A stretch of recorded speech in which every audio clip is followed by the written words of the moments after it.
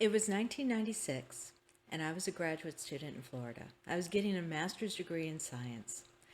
There was a virus that had been going around the campus, and of course I picked it up. So I spent a couple days home in bed, just listening to my roommates downstairs while I was sleeping through the worst of the fevers. And then one evening, I woke up. It was still late. I could tell I was still feverish. And I could hear my roommate downstairs playing on his computer game and cursing at it quite loudly at times. And I watched a shadow walking up the stairs. I thought it was my boyfriend. He leaned against the side of the door, and he very casually folded a paper airplane and threw it at me, and it hit the side of my face. Well, obviously, this made no sense whatsoever, so I sat up and turned on the light to ask him what the hell was going on, and there was nothing there. No person leaning against the door frame. No paper airplane in my bed. And the weirdest thing was, that was when I remembered my boyfriend and I had broken up the week before. So, what the hell happened? Who did I see? And that was my first personal encounter with what I later found out was a shadow person. It wasn't my last.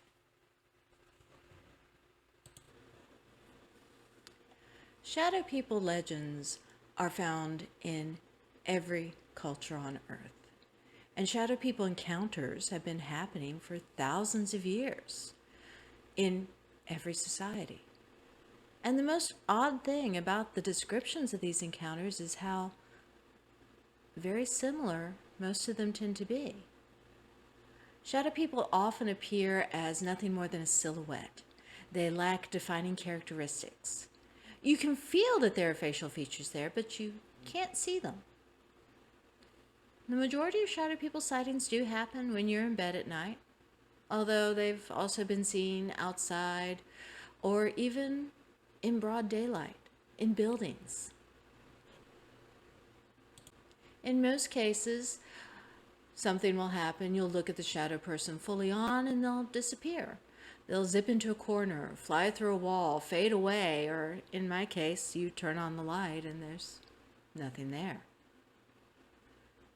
In some rare cases, the shadow people don't disappear. They become more clear, more detailed.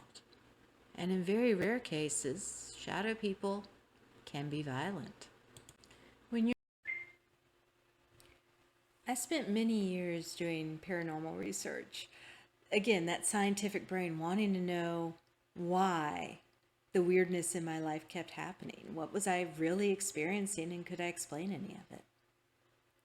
I was investigating a house outside of Carrollton, Georgia, and it was on the side of an old Civil War battlefield, like many houses in that area. Driving out there, I had seen figures pushing through the cornfields, soldiers in uniform, not disturbing the corn, but definitely there. And when we got to the house, the story that the homeowner gave us was about an entity that was creating havoc in their lives. As we were going through, I kept seeing a shadow out of the corner of my eye. But every time I turned to it with the video camera, of course it was gone. So we decided to do one of those investigations where you turn off all the lights and one person sits in the darkened room and tries to connect with the entity. I walked out of that darkened room with a bruiser on my throat and a very healthy respect for the shadow person that was in that house, up until the time we cleansed it. When I had my shadow person encounter, they were thought of as something fringe, something woo, something that didn't really exist or only happened in strange, faraway lands. That attitude changed in 2001, when suddenly shadow people began to go mainstream. In April 2001, Art Bell took a random call on Coast to Coast AM, and the caller told Art a story about shadow people. Nobody had ever heard of shadow people before, at least not by that name or by that moniker, but Art found the story interesting, and he asked if anyone else in the audience had similar encounters. And well over 4,000 stories came in. And from comparing all these stories, we've managed to put together types of shadow people. The first type is just a black mist without any form to it. It may look like a cloud of slowly moving smoke. You know this is a shadow person because you can feel a presence or negative energy in the room. Next, there are human-shaped shadows, like what I saw. These shadow people clearly have a body, head and shoulders, but you can't make out any features. Even though you can't see their face, you still get the sense it's looking at you. And like the black mist shadows, these typically disappear when you look directly at them. And this type of encounter is the most common. And then there are the demonic shadow people. They're considered very dangerous. They're similar to human-shaped shadows, but these have glowing red or yellow eyes. And this creature will speak to you, taunt you, threaten you and your family. Sometimes the room will smell like sulfur. And often this entity will grab you, try to suffocate you or strangle you. And then there's the shadow person known as the Hat Man. He's usually an extremely large shadow creature who wears a wide-brimmed hat. Again, think Freddy Krueger. He was a Hat Man. Sightings of the Hat Man have been increasing, and many people believe that the Hat Man is a warning, a sign of the end of times. Obviously, the most notable feature of the Hat Man shadow entity is his hat. Yeah, and the hat varies by culture. Some say it's a fedora like what Freddy Krueger wore. Some say it's a top hat. In South America, they say he wears a gaucho hat. But regardless of who sees him, the hat is always wide-brimmed. Sometimes the Hat Man has glowing eyes. Witnesses say he wears a cloak or a trench coat. He's always tall. Sometimes he stands over 10 feet high. And one thing everyone agrees on, seeing the Hat Man, is bad news.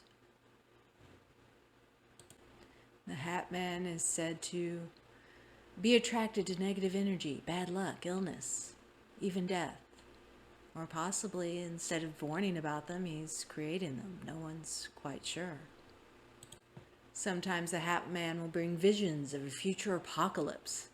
Some people who've seen him said he showed them a dark future, nuclear war, worldwide disease, and famine. And the Hat Man sometimes gets attached to entire families, where multiple people can see him. And once he latches on, it's almost impossible to get rid of him. Some people even see him away from their homes, in daylight. So who is the Hat Man? What are shadow people? Are they ghosts?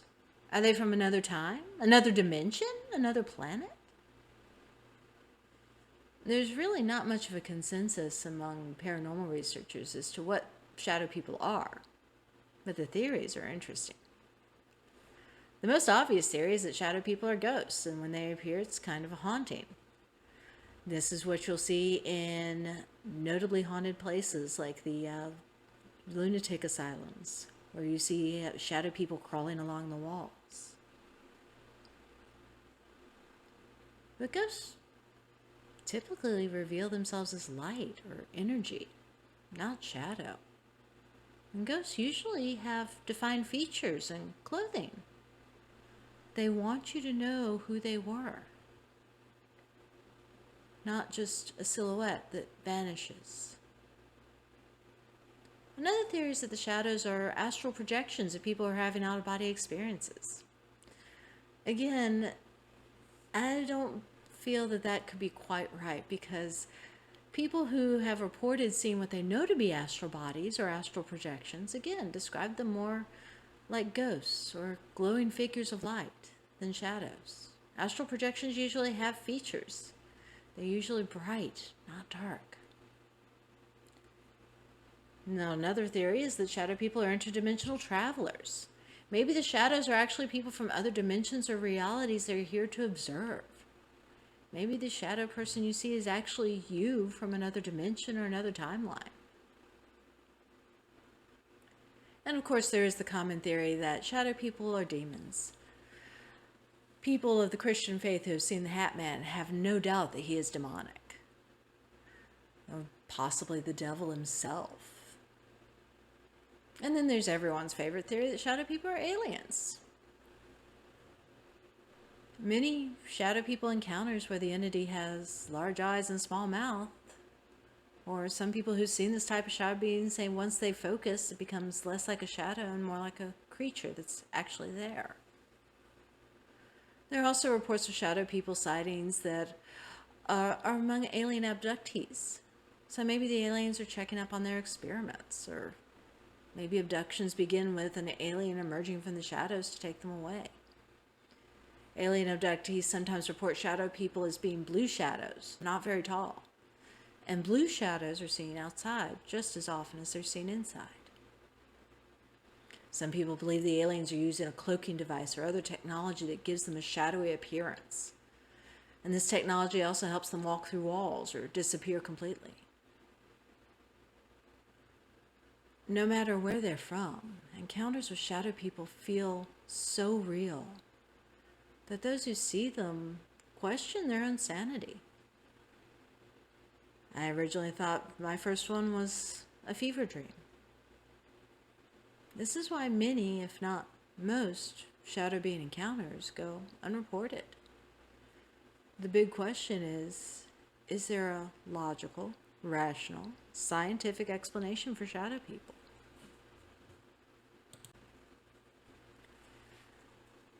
We usually think of being asleep and being awake as two distinct and clearly defined states of being, and usually they are. But inside your brain, that line can be a bit blurry when you're dreaming. When you're dreaming, most of your brain thinks you're awake. If you're dreaming that you're running, playing a sport, or physical activity, your brain thinks this is really happening. And your muscles want to engage with whatever you're dreaming about.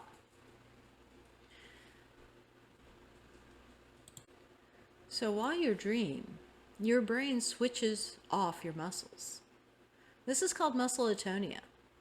Your involuntary muscles still work, breathing, heartbeat, digestion, but voluntary motor functions are shut down so that you don't act out your dreams. This shutdown occurs during hypnagogia, the transition from wakefulness to sleep. And during this transition to being awake, your muscles are turned back on. You're normally asleep during this process, so you don't notice it. But sometimes the brain's wires get crossed, and you're conscious while your muscles are shutting down. Have you ever been drifting off to sleep when suddenly you jerk or kick? This happens when your brain is out of sync with your sleep cycle. You slipped into a dream before your brain had a chance to completely shut your muscles off. You'll notice this phenomenon happens more often when you're overtired. Sometimes your brain gets so out of sync that you can suffer from sleep paralysis. And this is when you're fully conscious while your muscles are switched off. You're completely awake, but you can't move. You can't turn your head. You can't speak. All you can do is move your eyes, and sometimes you can't even do that. Sleep paralysis usually just lasts for a few seconds, but sometimes it can go on for a few minutes. And this is terrifying. During sleep paralysis, sometimes you see and hear things that simply aren't there. These are hypnagogic hallucinations. And remember, even though you're awake, you're still close enough to the dream state that your brainstem can activate your dreams and conjure all kinds of things. So the hallucinations can feel very real. Not only can you have visual and auditory hallucinations, you can experience aesthetic hallucinations. And this is when your body can feel something that isn't there, like the paper airplane hitting my face. The cherry on top of this horrible experience is the negativity that occurs. But there's a reason for that too. There aren't a lot of happy stories about sleep paralysis, and that's because when you're sleeping, your brain has a deficit of the neurotransmitters serotonin and dopamine. This causes a low mood, depression, fear. The reason shadow people encounters sound so similar is that humans are all built pretty much the same way. It would be logical for us to hallucinate the same things. But those who believe in shadow people think there's more going on than just sleep paralysis. The encounters described are too similar. Regardless of age, religion, culture, people see the same shadow beings. Believers say shadow entities appear while we're sleeping because that's when we're most vulnerable. So let's all hope that sleep paralysis creates shadow people, because I could think of nothing more frightening than it being the other way around. An interesting side note is that quite often people who have drug addictions will report shadow people, particularly after prolonged periods of sleep deprivation. Methamphetamine, datura, diphenhydramine, and benzodiazepine are all known for increasing your likelihood of having a shadow person encounter. One psychiatrist suggests that methamphetamine usage adds a conspiratorial component to the sleep deprivation hallucinations. But the odd thing is, you don't see shadow dogs or birds or shadow cats. You see shadow people, standing in doorways, walking behind you, coming towards you on the sidewalk. And these hallucinations, if they are hallucinations, have been frequently compared to paranormal entity encounters described throughout folklore. Some people believe that experiencing a shadow person may be a side effect of carbon monoxide poisoning. Hallucinations do occur with that. It is a definite possible scenario. There have been many times when paranormal researchers have gone into a house where people are seeing ghosts and discovered a new gas water heater had been improperly installed, flooding the house with carbon monoxide. Or even having a high EMP presence, having high tension power lines near your house can create a subsonic vibration that your body senses and responds to with the belief that there's something there. Other environmental explanations include the low frequency sound waves of infrasound, fluctuations in the electromagnetic field, which I just mentioned, which causes dizziness, hallucinations, and other neurological symptoms. Inconsistent lighting and temperature. It's amazing what we can do to spook ourselves. Now, in theory, if you're experiencing sleep paralysis or hypnagogic hallucinations, if you can wiggle your big toe, it's supposed to help you regain control of the situation. So you may want to give that a try, but what I really want to know is, why has this become such an internet phenomenon? I mean, there are a number of things out there that indicate that the internet is spawning its own mythology. You look at stories of all of the cryptids that are out there. But why this one? And why is this so similar across all cultures? Is it simply because we have a forum where people who experienced this phenomenon 10, 20, 30 years ago can feel safe talking about it? Or are sightings increasing? Are there more stories about the Hat Man because more people are experiencing it? What do you think? Is the Hat Man real, or any of the other shadow people? What have you seen? Leave me a note in the comments. I would love to hear your stories.